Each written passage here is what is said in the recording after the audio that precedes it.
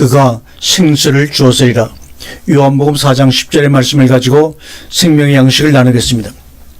오늘날의 신앙생활에서 평신도들이 마음껏 할 수 있는 것은 기도뿐이라고 해도 과언이 아닐 줄 압니다. 설교나 전도나 현금이나 봉사는 얼마든지 할 수 있는 여건도 안 되고 또 여러 가지 면에서 내적 외적인 제약을 많이 받지만 기도만은 자신이 하고자 하면 많은 제약을 받지 않고 얼마든지 할 수 있는 신앙생활 중에 한 요소입니다.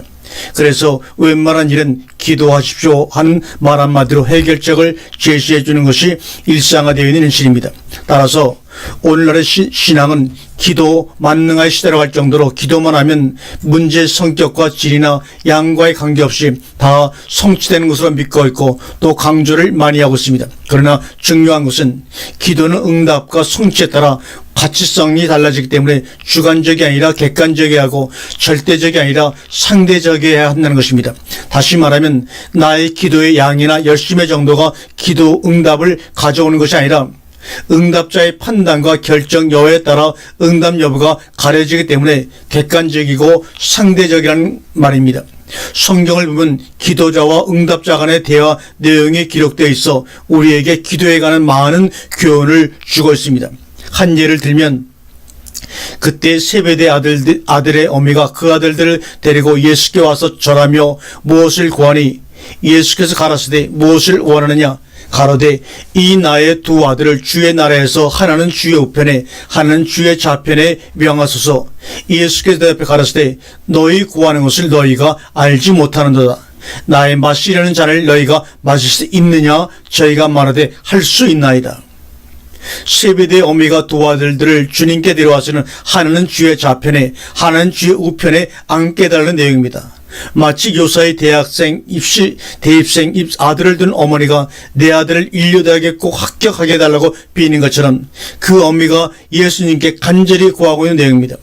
그러니까 예수님께서 22절을 통해서 대답하여 가라사대 하시면서 기도에 대한 반응을 이야기합니다. 그 반응은 너희 구하는 것을 너희가 알지 못하는도다 라고 말씀을 하시면서 응답이 아닌 대답을 하십니다.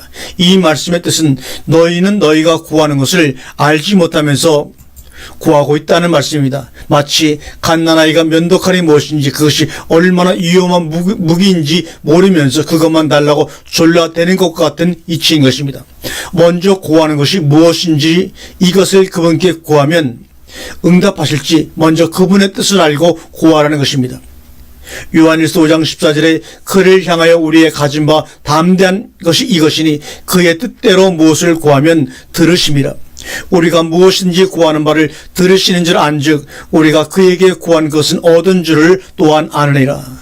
우리 일반적인 기도의 문제는 우리가 무엇인지 구하는 바를 들으시는 줄을 안즉 우리가 그에게 구한 것을 얻은 줄을 또한 아니라고만 강조하고 믿고 있다는 것입니다. 중요한 것은 15절의 그의 뜻대로입니다. 그의 뜻을 모르고 구함으로 내용도 잘못될 뿐만 아니라 구하는 것 자체도 잘못되는 것입니다. 그러므로 주님께서는 너희 구하는 것을 너희가 알지 못하는도다라는 대답밖에는 우리에게 하실 말씀이 없으신 것입니다. 오늘 본문에서 중요한 내용은 응답자이신 주님이 기도하는 여인에게 기도를 가르치고 계시다는 것입니다. 우리가 기도하는데 필수적으로 갖춰야 할 요소가 있습니다. 첫째는 무엇을 구할 것인가? 내용이 분명해야 합니다. 둘째, 누구에게 구해야 하는가? 대상이 분명해야 합니다. 셋째, 구하는 내용이 쌍방간에 합의된 것이냐는 것입니다. 이상의 요소들을 오늘 본문을 살펴보면서 한번 정리해 보도록 하겠습니다. 첫째는 기도의 내용입니다. 오늘 본문에서는 주님 자신이 먼저 제시하는 내용이 바로 생수입니다. 그래서 구하는 자는 반드시 생수를 구해야 하고 주님은 생수를 구하는 자에게 생수를 주시는 것입니다. 이 생수를 요한일서 5장 14절과 15절에다가 한번 대입시켜 보겠습니다. 그를 향하여 우리의 가진 바 담대한 것이 이것이니 그의 뜻대로 생수를 얻는 줄을 또한 아니라가 될 것입니다. 우리가 성경을 보면서 주의해야 할 것은 성경에서 무엇이든지라는 단어는 반드시 그 속에는 저자의 의도하는 바가 분명히 있다는 것을 알아야 합니다.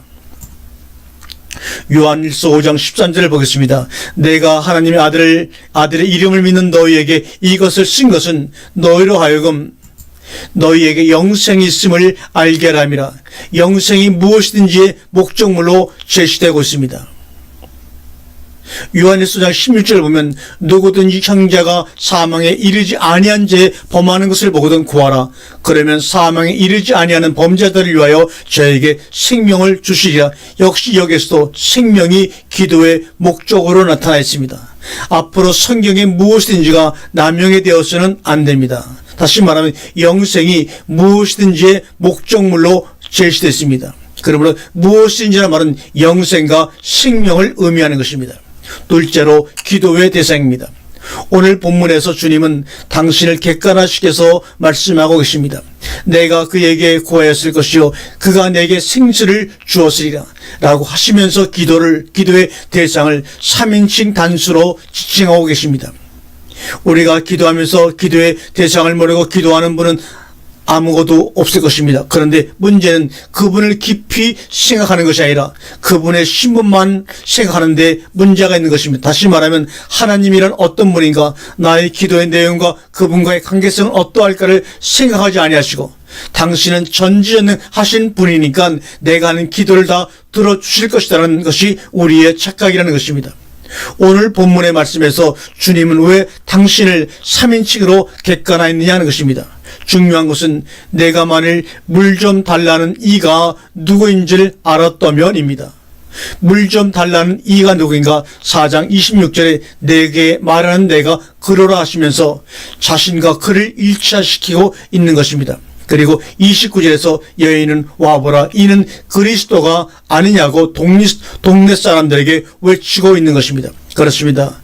못하는 이가 누구인지 알았다면 당신은 그에게 구하였을 것이요 그가 생수를 내게 주었으리라고 말합니다. 그가 누구인가? 하나님의 선물입니다. 하나님의 선물은 무엇입니까? 바로 생수입니다. 생수는 누구인가? 바로 예수 그리스도입니다. 그러므로 그리스도는 곧 하나님의 선물이고 선물은 그리스도인데 그리스도를 구하면 생수를 얻게 되는 것입니다. 그러므로 생수는 이미 선물로 주신 것이므로 그에게 구하면 그가 생수를 내게 주었으리라가 이루어지는 것입니다.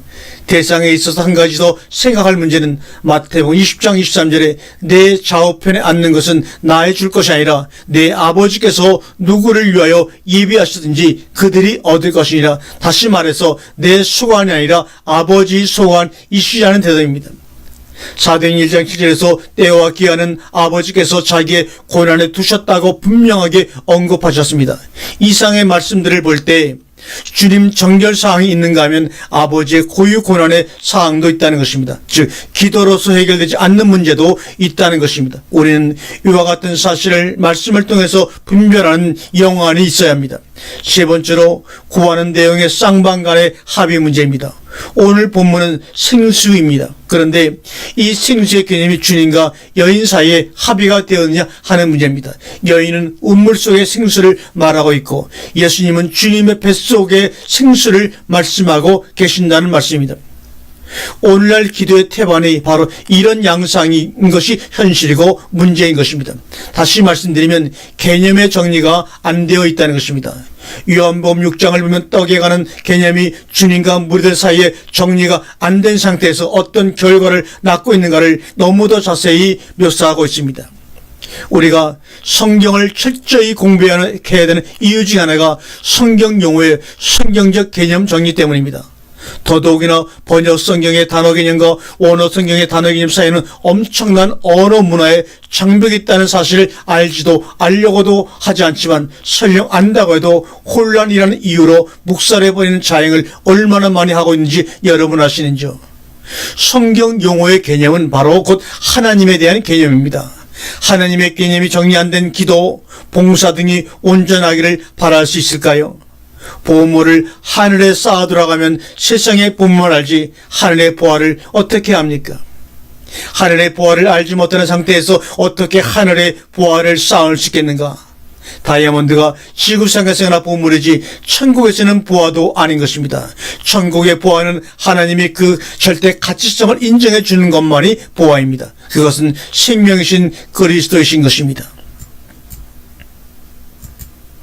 수가성 여인은 자기에게 물 좀 달라는 이가 누구인 줄 몰랐습니다. 더더욱 그가 하늘의 보화로서 하나님의 선물로 주신 그분인 줄을 몰랐던 것입니다. 그러므로 주님의 생수 개념이 정립되지 않은 이 여인은 이런 물을 내게도 주사 목마르지 않고 또 여기 물길로 오지도 않게 하옵소라고 기도하고 있습니다. 생수는 생수고 운문물은 운물물입니다. 생수가 운문물을 대신하지도 않지만 운문물 역시 생수 역할을 할 수도 없습니다. 운문물을 생수로 오해하는 일이 다시는 생겨서는 안 되겠다는 간절한 기대뿐입니다. 내가 만일 하나님의 선물과 또 내게 물 좀 달라는 이가 누구인 줄 알았더라면 하고 주님은 그 여인에게 말씀하고 있습니다. 이 말씀은 오늘 기도하는 우리들에게도 하나님이 들려주시는 하나님의 응답입니다.